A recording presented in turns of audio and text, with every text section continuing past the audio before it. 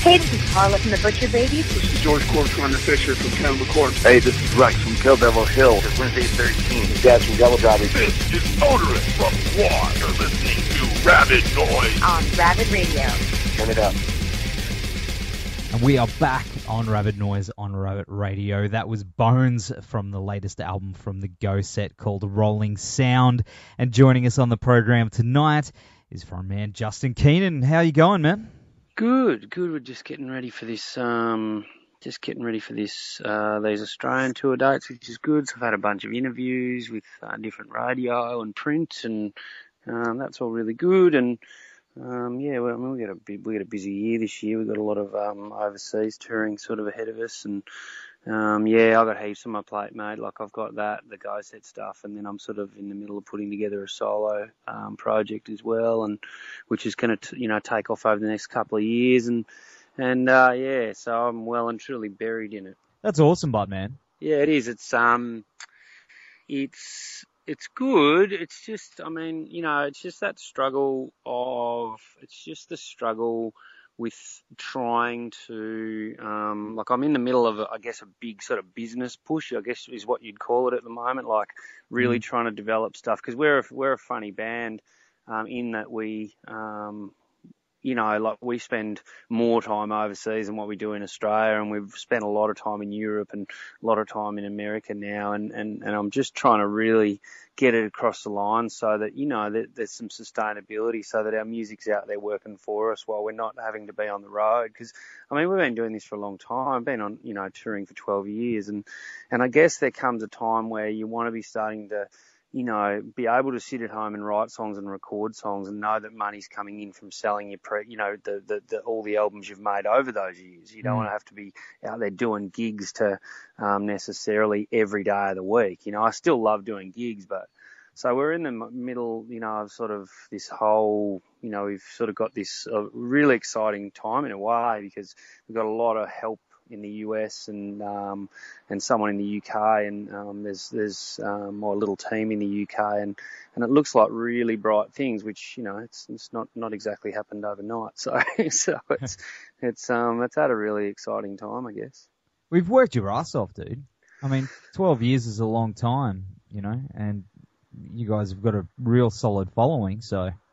Yeah, it fluctuates. It is. It's a solid, small, a small, solid following, like a very, but we've done 1,500 shows in that time, in 12 years. And, I couldn't begin to tell you how many miles and how many countries and, and 7 albums, and it's been a very active, amount of time. So in that, over that period of time, you're going to get in front of people. And I guess the thing for bands that aren't getting a lot of media attention is getting in front of people by accident, So getting on those festivals and those supports and into those sort of slots where people see you, where they're not expecting to see you and go, oh, fuck, that band's good. And, picking up people organically, so to speak. Well, man, you are about to hit the road in support of your latest album, Rolling Sound, which, dude, I really love this album. It's really great. And you're, of course, kicking the tour off here on the Gold Coast on April 8th. So why, out of anywhere you could pick to play, why'd you choose to kick the tour off here on the Gold Coast? It looked like, the Gold Coast punk gigs are always a bit chaotic, and it looked like a really good, fun type of night with our mates Top Novel and Up the Ante. It looked like a really good, looked like a really good sort of vibe to start the night, just with a dirty punk rock party. We get to tune in on our songs and all of that sort of stuff. We're not doing really any rehearsal before it, so we're just gonna throw it to the wall and see if it sticks. So that just looked like a really fun sort of gig to kick it off. Well, didn't your last tour kick off in Queensland as well? Yeah, I think we started off on the Goldie as well, yeah. We started off, I think it was at the Coolangatta Hotel. And, we have a lot of mates up there, and it's always, the crowds are never very big on the Gold Coast, but the people that are there, 50 people on the Gold Coast is probably the same as 150 in Sydney. So, they always end up being a bit, a bit loose. So we usually start it that way. Started in Queensland and work our way down to Newey, Sydney, and Canberra, and then Melbourne, Adelaide. This time around we're just doing the east. We're not doing Tassie. We're not doing Perth. So, but we are adding in some different bits and pieces. It looks like we'll have New Zealand and possibly sort of Japan in the mix as well, and then of course Europe and the US, and then later in the year we'll do Tassie and Perth. So it's a pretty busy year. That's exciting, man. I mean, that's living the dream, really. I mean, yeah, sort of. Like I got to tell you, I get excited. After doing it for this long, I get as excited as what I would if I was 18. Like I'm like a kid again a lot of the time, And I guess if you didn't get that out of it, you probably wouldn't do it because, it's not making, it's going really well and it's building, but it's not like, you can retire on it, or you can, it's still a struggle. You still have those nights where you're sleeping on the floor, and nights where you're a lot of time in vans, and it's hard work, so it's, but yeah, look, it's exciting. What has happened with us, I guess, is our opportunities.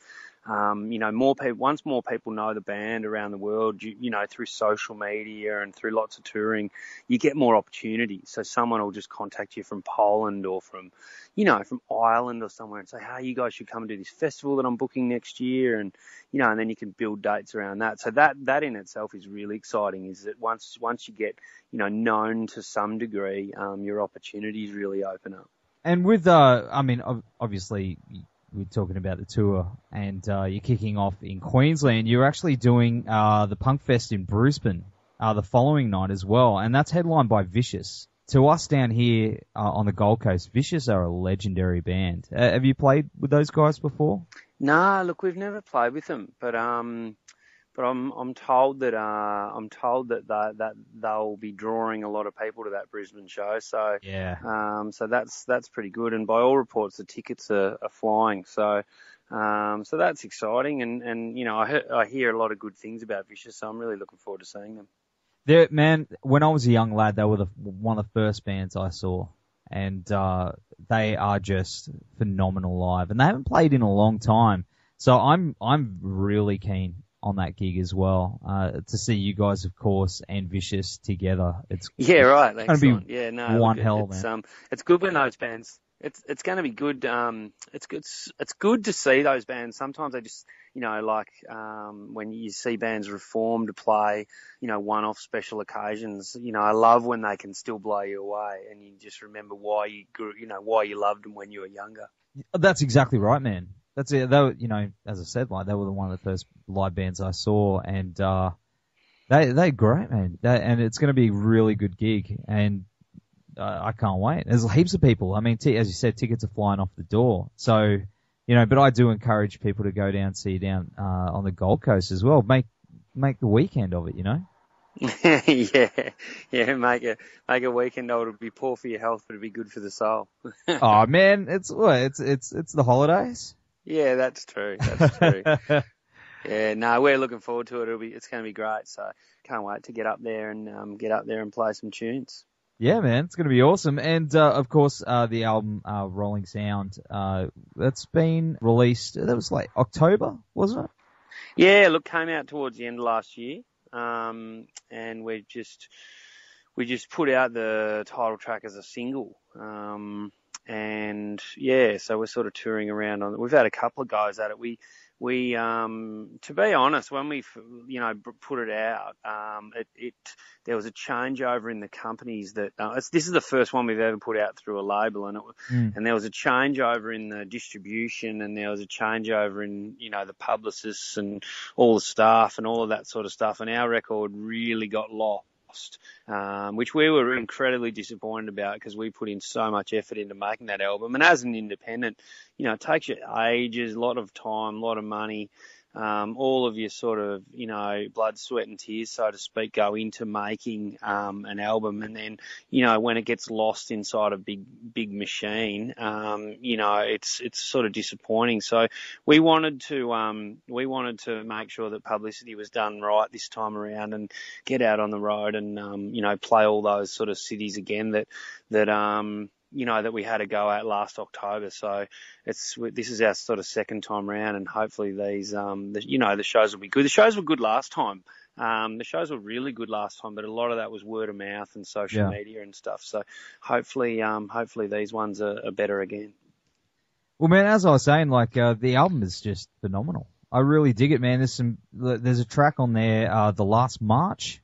Yeah, right. It's called that one, man. That's a really personal song. Really, it hit me. So, that's a good thing. I guess a lot of our stuff's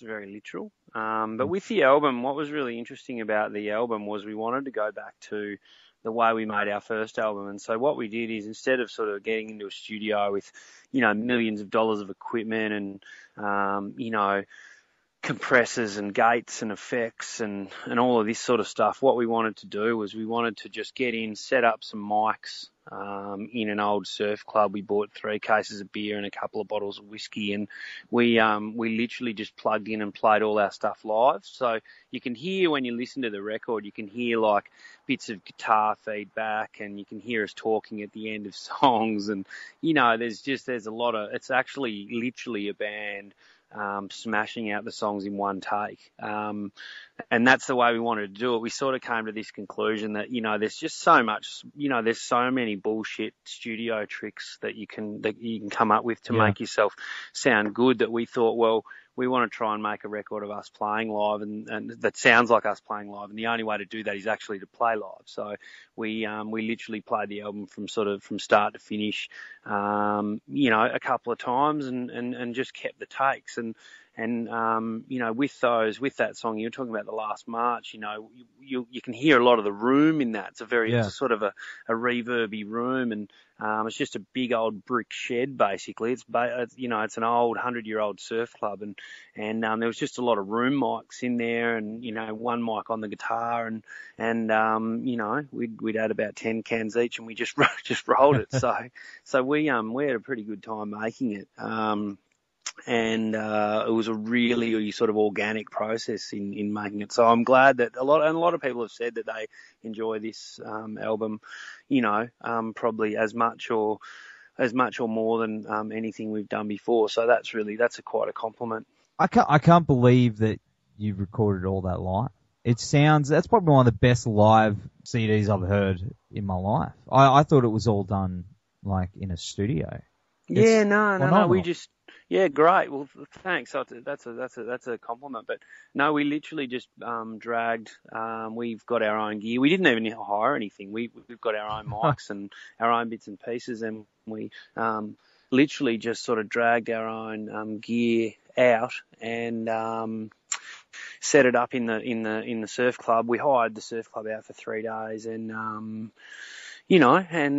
just put our beer in a big esky, and you can actually hear in the recording, you can actually hear like the wind and the waves and everything. If you really listen to it, you can hear all sorts of stuff in the background. So, and we just wanted to make sure that we mixed it really well. So we put a lot of emphasis on getting really good drum sounds and guitar sounds and all of that sort of stuff. So to my ear, it sounds like a really good live punk rock record.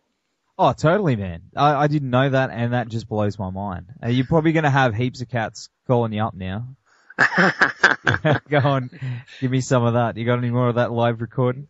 Yeah, we learned a lot. Like, we've learned so much in the time that we've been recording, and we've been really lucky. We've worked with all sorts of producers, like from, sort of big name international dudes to expensive $1,500 a day studios, and we're all really good with sound. Like, we all know we're all really quite creative with sound, and we understand different mic positions and how to get different natural reverbs and different natural effects. And I guess one of the things about being a musician for 20 years is you don't really learn to.